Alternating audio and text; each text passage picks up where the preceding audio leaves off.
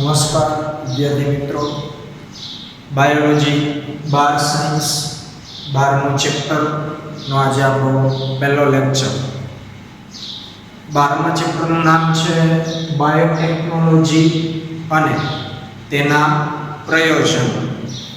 એટલે આજે આપણું યુનિટ છે કે જેની અંદર બે ચેપ્ટર છે, 11 અને 12. 11મા ચેપ્ટરની અંદર બાયોટેકનોલોજી વિશેની તમામ ચર્ચાઓ છે એ આવરી લેવામાં આવેલી છે.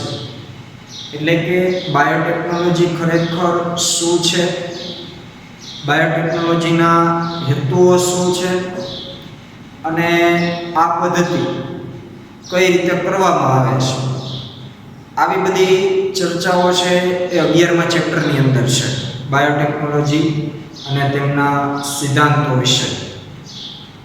12મા ચેપ્ટરની અંદર આપણે બાયોટેકનોલોજી અને તેના પ્રયોજનો મતલબ કે બાયોટેકનોલોજીનો ઉપયોગ આપણે કેવી રીતે અને કઈ કઈ જગ્યાએ કરી શકીએ છીએ, આની આપણે મૂળ વાત આ ચેપ્ટરની અંદર સમજવાની છે. તો આ બધી બાબતોને સમજતા પહેલા ખરેખર બાયોટેકનોલોજી જે શબ્દ છે, જૈવ તકનીકી ગુજરાતીમાં કહીએ તો એ આપણને શું સમજાવે છે, એ કેવી પદ્ધતિ છે, એ પહેલા આપણને ખબર હોવી જોઈએ. તો બાયોટેકનોલોજીનો ખાલી આપણી ભાષામાં જો આપણે અર્થ સમજવો હોય તો આપણે આવો અર્થ લઈ શકીએ.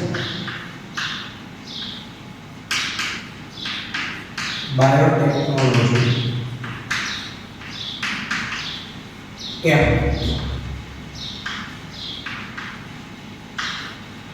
એવી પદ્ધતિ છે કે જેમાં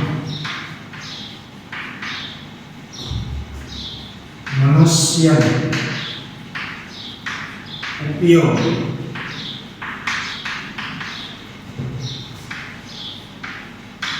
નિપજો અને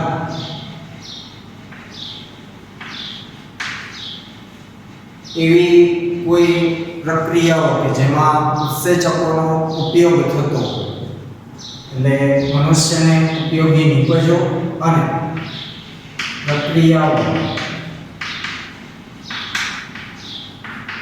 ઉપયોગી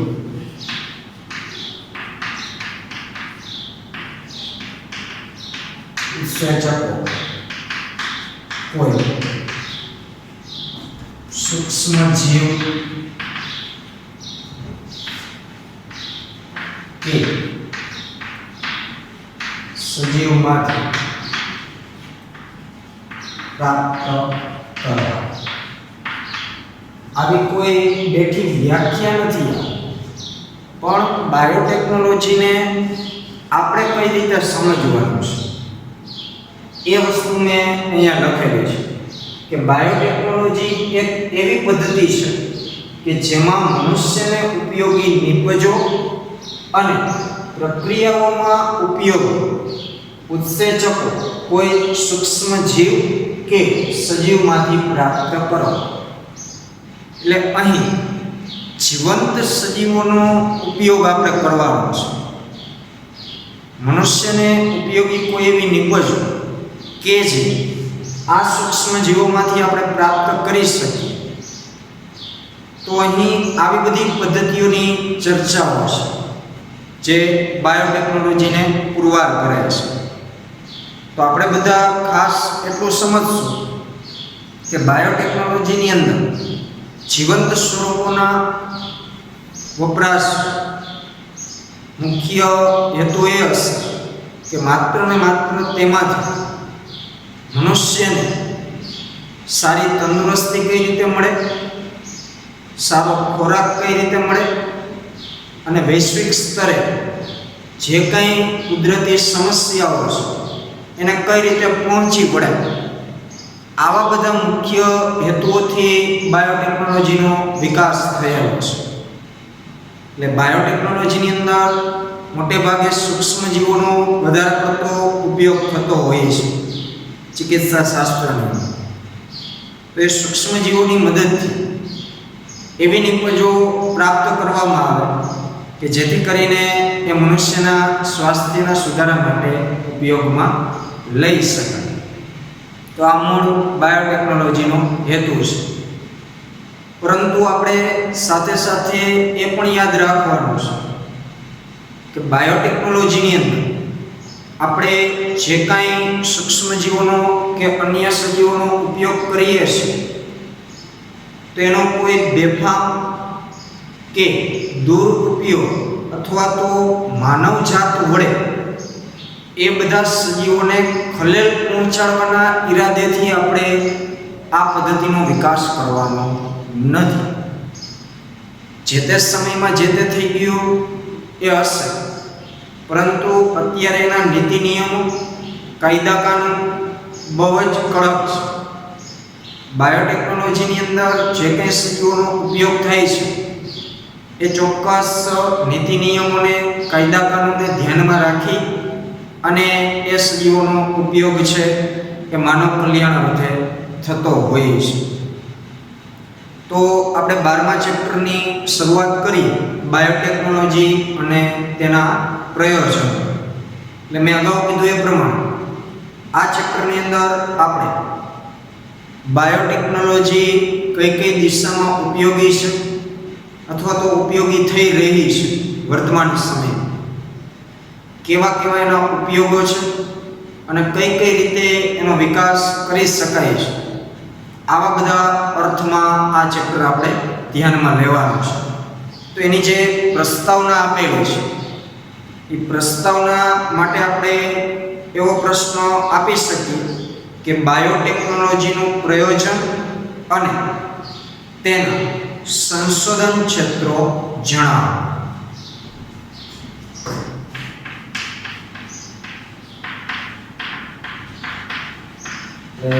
પ્રસ્તાવનાથી શરૂઆત કરીએ તો એમાં પ્રશ્ન સ્વરૂપ આપણે આવું બનાવીશું: બાયોટેકનોલોજીના પ્રયોજન. બાયોટેકનોલોજીના પ્રયોજન અને તેના સંશોધન ક્ષેત્રો જણાવો. ટૂંકમાં આવો પ્રશ્ન પૂછે 2 થી 3 માર્ક્સની અંદર.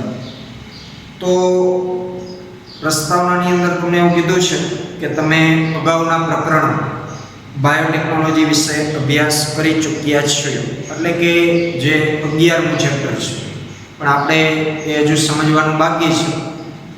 આ ચેપ્ટરની શરૂઆત એટલા માટે કરીએ છીએ કે જેમ આપણે ઉદ્વિકાસ ભણી ગયા એક વાર્તા સ્વરૂપે, એ જ રીતે આ ચેપ્ટર પણ આપણને વિડીયો લેક્ચરમાં સમજવાની મજા આવે, કંટાળો ન આવે, એટલા માટે આપણે આ ચેપ્ટર શરૂઆત કરીએ છીએ. 11મું છે તો એમાં થોડુંક બધી વાર્તાલાપો એ મુજબની થશે, એટલે આ એકદમ સરળ છે, એટલે સમજવું બહુ સહેલું રહેશે.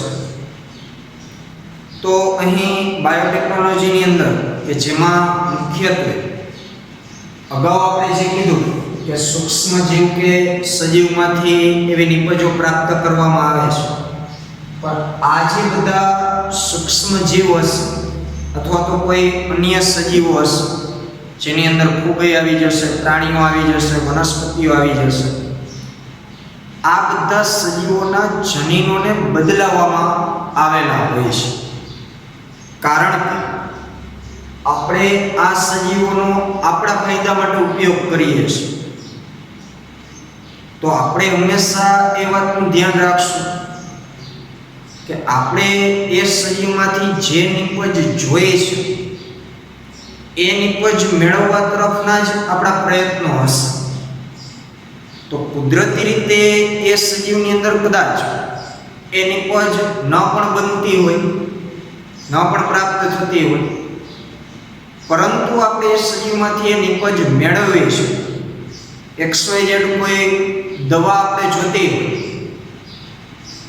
કોઈ ઔષધકીય પદાર્થો આપણે જોતા હોય, તો આ ઔષધકીય પદાર્થો ઉત્પન્ન કરતું જે જનીનાશ એ કોઈ પૃથ્વી ઉપરની કોઈ એક વનસ્પતિમાં કદાચ હશે, પરંતુ એક વનસ્પતિ અથવા તો એ જાતની વનસ્પતિમાંથી આપણે મોટા પ્રમાણમાં એ ઔષધ પ્રાપ્ત નથી કરી શકવાનું. એની કોઈ મર્યાદાઓ હશે, કારણ કે કુદરતી રીતે સર્જાય છે એમના શરીરની અંદર, તો એ આખા વિશ્વને પૂરું પાડી શકે એટલું હોય નહીં. તો મોટી માત્રામાં જો આપણે એ ઔષધ મેળવવું હશે, તો એ ઔષધ અથવા તો એ પદાર્થ માટે જવાબદાર જે કંઈ જનીનો હશે એ વનસ્પતિની અંદર, એ જનીનોને આપણે કોઈ અન્ય વનસ્પતિની અંદર સ્થળાંતરિત કરવા પડશે, અથવા તો અન્ય કોઈ સજીવની અંદર આપણે એ જનીનોને ટ્રાન્સફર કરવા પડશે. હવે ટ્રાન્સફર કરેલ જનીન એ પાછું આપણે જે સજીવની અંદર દાખલ કરીએ છીએ એ સજીવ માટે અનુકૂળ પણ હોવું જોઈએ. તો આપણે એ બાબતોનું પણ ધ્યાન રાખવું પડે છે કે જ્યારે અન્ય સજીવનું જનીન કોઈ અન્ય સજીવમાં આપણે દાખલ કરીએ છીએ, તો પછી એમાં એ સક્રિય રહે છે કે નથી રહેતું? કારણ કે સક્રિય રહેશે તો જ એમાંથી નિપજ આપણને મળવાની છે. તો આવા જ્યારે બધા પ્રેક્ટિકલો થતા હોય ત્યારે આ બધી બાબતોને ધ્યાનમાં રાખવામાં આવતી હોય. એટલે બાયોટેકનોલોજીની અંદર એવા સજીવનો ઉપયોગ થશે કે જેના જનીનો બદલાવવામાં આવેલા છે કૃત્રિમ રીતે, વૈજ્ઞાનિક ઢબે. તો આવા જે સજીવો હોય કે જેના જનીનો બદલાવવામાં આવેલા છે કોઈ નિપજો મેળવવા, આવા સજીવોને આપણે જનીનિક રૂપાંતરિત સજીવો કહેશું. તો બાયોટેકનોલોજીની અંદર મુખ્યત્વે જનીનિક રૂપાંતરિત સજીવોનો ઉપયોગ થતો હોય છે. તો આ જનીનિક રૂપાંતરિત સજીવો કોઈ પણ હોઈ શકે, સૂક્ષ્મજીવો હોઈ શકે, ફૂગ હોઈ શકે, વનસ્પતિઓ હોઈ શકે, પ્રાણીઓ હોઈ શકે. એટલે આ શબ્દને આપણે ખાસ સમજવું. બાયોટેકનોલોજીમાં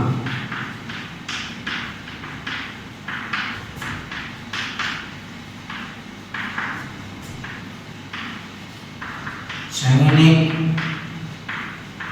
રૂપાંતરિત સજીવો ઉપયોગ થાય છે. જનીનિક રૂપાંતરિત સજીવ એટલે જે મેં અત્યારે ચર્ચા કરી કે અન્ય સજીવના જનીન કોઈ અન્ય સજીવની અંદર, જે આપણો ટાર્ગેટ સજીવ છે એની અંદર દાખલ કરાવવામાં આવે તો પછીથી એ સજીવ જનીનિક રૂપાંતરિત સજીવ તરીકે ઓળખાતો હોય છે. અને કીધું એ પ્રમાણે એ કોઈ પણ સૂક્ષ્મ જીવ એટલે કે બેક્ટેરિયા, વાયરસ હોઈ શકે, કીટકો પણ હોઈ શકે, ફૂગ પણ હોઈ શકે, વનસ્પતિઓ પણ હોઈ શકે અને પ્રાણીઓ પણ હોઈ શકે. તો આવા જ બધા સજીવોનો ઉપયોગ કરી બાયોફાર્માસ્યુટિકલ અને જૈવિક પદાર્થો ઔદ્યોગિક સ્તરે ઉત્પાદન કરવામાં આવે છે. એટલે કે જેમના જનીનો બદલાય અને જોઈતી નિપજો મેળવવા માટે ઔદ્યોગિક સ્તરે આ સજીવોનું સંવર્ધન કરી અને ખૂબ મોટી માત્રામાં એમાંથી નિપજો છે એ મેળવવામાં આવતી હોય છે. પછી આ નિપજોનો ઉપયોગ બાયોફાર્માસ્યુટિકલ એટલે કે જે કંઈ જૈવિક દવાઓ છે એ જૈવિક દવાઓ બનાવવા માટે આ સજીવોનો ઉપયોગ થતો હોય. એટલે દવાઓની અંદર એ સજીવોને નથી નાખવામાં, પણ એ સજીવની અંદર એવા જનીનોનો પ્રવેશ કરાવવામાં આવેલો હોય કે એમાંથી કોઈ રોગ સામેની દવા પ્રાપ્ત થતી હોય. આ દવાનું જે કંઈ કન્ટેન હશે એનો ઉમેરો કરી અને પછી કોઈ ડ્રગ્સ છે એ બનાવવામાં આવતી હોય છે. તો આ રીતે આવા સજીવોનો ઉપયોગ આવા ક્ષેત્રોની અંદર વધારે પડતો થતો હોય છે.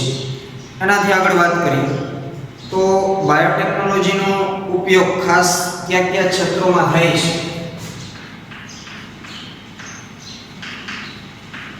બાયોટેકનોલોજીમાં ઉપયોગ. બાયોટેકનોલોજીના ઉપયોગો છે અલગ અલગ ઘણા બધા ફિલ્ડની અંદર થતા હોય છે, જેમાં અમુક ઉદાહરણ આપણી ટેક્સ્ટ બુકની અંદર આપેલા છે, જેમ કે ચિકિત્સા શાસ્ત્ર,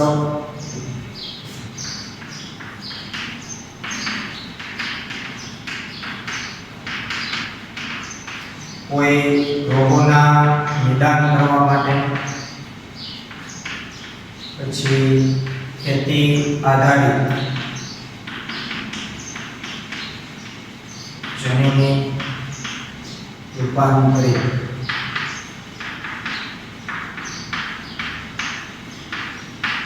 સજીવો છે એ તૈયાર કરવા માટે. અહીંયા ખેતી માટે આપણે સજીવો બનાવવા અલગ. એ સિવાય પોષણ મૂલ્ય ધરાવતા ખાદ્યો બનાવવા માટે, પોષણ મૂલ્ય ધરાવતા ખાદ્ય એટલે ખોરાક. આગળ વાત કરીએ એના વિશે. એ સિવાય બાયોરેમિડિએશન,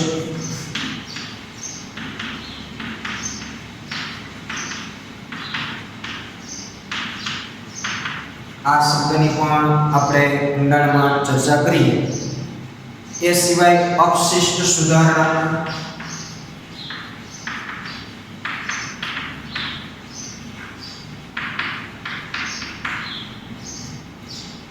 તથા ઉર્જા ઉત્પાદન.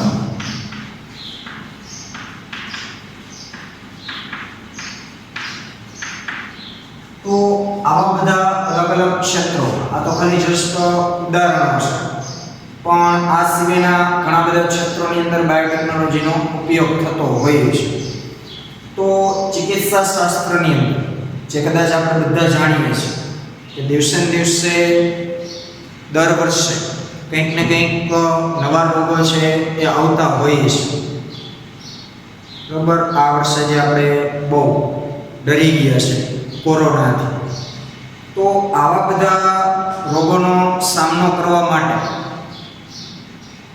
કોઈક ને કોઈક એવા સૂક્ષ્મ જીવોના સંશોધનો થતા હોય કે જેમાં કુદરતી રીતે કોઈ એવા કન્ટેન્ટ પ્રાપ્ત થતા હોય, એવા પદાર્થો પ્રાપ્ત થતા હોય, અને એ પદાર્થોના ઉપયોગથી એવી કોઈ એન્ટીબાયોટિક્સ અથવા તો કોઈ એવી અન્ય દવાઓ છે એ બનાવવામાં આવતી હોય અને પછી સારવાર અર્થે એનો ઉપયોગ થતો હોય, તો એમાં પણ બાયોટેકનોલોજી એક અગત્યનો ભાગ ભજવે છે.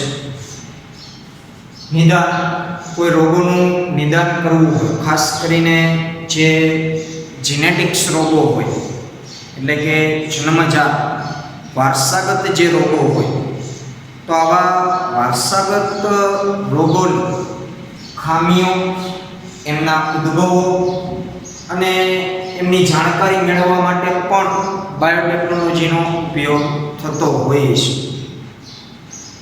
એટલે કે કોઈ એક એવું જનીન છે, વિકૃત જનીન સજીવની અંદર, કે જેના કારણે પેઢી દર પેઢી એ ખામી ઉદ્ભવે છે, અથવા કોઈ એવા લક્ષણો સજીવની અંદર ધ્યાનમાં આવે, કોઈ નવા જ લક્ષણો કે આ શેના કારણે ઉદ્ભવ્યા છે, તો એનું નિદાન પણ બાયોટેકનોલોજીને આધારે થતું હોય છે. જીનેટિક્સ સુધી કે કયા એવા જનીનો એ સજીવની અંદર છે કે જેના કારણે આ પ્રકારની ખામીઓ છે એ ઉત્પન્ન થઈ છે. તો એ રીતે સમજીએ તો નિદાન અર્થમાં ખેતી આધારિત જનીનિક રૂપાંતરિત પાકો બનાવવામાં, બરોબર, જે આપણે સામાન્ય રીતે હાઇબ્રિડ બિયારણ, સંકર જાતો જે આપણે કહીશું, તો આ બધા હાઇબ્રિડ બિયારણો બનાવવા માટે પણ બાયોટેકનોલોજીનો ભરપૂર છે ઉપયોગ થાય છે. વર્તમાન સમયમાં એનો ખૂબ જ ખેતીવાડીની અંદર ઉપયોગ થાય છે. બરાબર, આપણે બધા ખેડૂત મિત્ર છીએ, હું અને તમે, એટલે સારી રીતે આપણે ખેતી વિશે જાણતા જ હશું અને ન જાણતા હોય તો જાણવું પણ જરૂરી છે. તો ઘણા બધા પાકો પહેલાના સમયમાં કે જ્યારે આધુનિક ટેકનોલોજીનો જન્મ નહોતો થયો તો જગ્યા બહુ રોકતા ઉત્પાદન ઓછું થતું. એની સાપેક્ષમાં અત્યારે આપણે જોઈએ તો એ પાકો જગ્યા બહુ ઓછી રોકે છે, પરંતુ એની સાપેક્ષમાં ઉત્પાદન વધુ છે. તો આ બધું બાયોટેકનોલોજીની જે કંઈ આપણે કહીએ દેન એક પ્રકાર, વરદાન એક પ્રકાર, તો એનાથી જ આ બધું સંભવ બનેલું છે. પોષણ મૂલ્ય ધરાવતા ખાદ્ય એટલે કે અહીંયા આપણે એવા ખોરાક વિશે વાતો કરવાની છે કે જેમાં ખાઈ આપણે ઓછું પણ પોષણ વધારે મળે. પણ આપણે હંમેશા એવો ખોરાક લઈએ છીએ જેમાં ખાવું વધારે પડે પણ પોષણ ઓછું, જેમ કે મમરા અથવા તો અન્ય કોઈ પણ બહારનો રેકડીનો નાસ્તો. આપણે ઘણું બધું ખાઈ લઈએ છીએ પણ હકીકતમાં એમાંથી કોઈ એટલું પોષણ નથી મળતું. તો બાયોટેકનોલોજીનો એક આ પણ ઉદ્દેશ છે અને એ પણ એક ઉપયોગ છે કે એવા ખોરાકોનું ઉત્પાદન કરવામાં આવે. ખોરાકો મતલબ એ પાક જ, ખેતીવાડી છે, શાકભાજી છે, કે જેમાં ઓછી માત્રામાં વધુ પોષણ હોય. એટલે કે ખાવાનો જથ્થો ઓછો પરંતુ એમાં પોષક તત્વો છે એની માત્રા વધારે. તો આવા બધા અર્થમાં પણ એનો ઉપયોગ થાય. આ એક આપણા માટે કદાચ નવો શબ્દ હશે, બાયોરેમિડિયેશન. હવે બાયોરેમિડિયેશન એટલે એક એવી પ્રક્રિયા છે કે જેમાં સૂક્ષ્મજીવોના વિકાસ ઉત્તેજિત કરવા અને લક્ષ્ય પ્રદૂષકોને નબળા બનાવવા છે. હું અહીં સાઈડમાં લખું છું. આ પદ્ધતિની અંદર બાયોરેમિડિયેશન, આ પ્રક્રિયામાં સૂક્ષ્મજીવોના વિકાસને ઉત્તેજિત કરવું.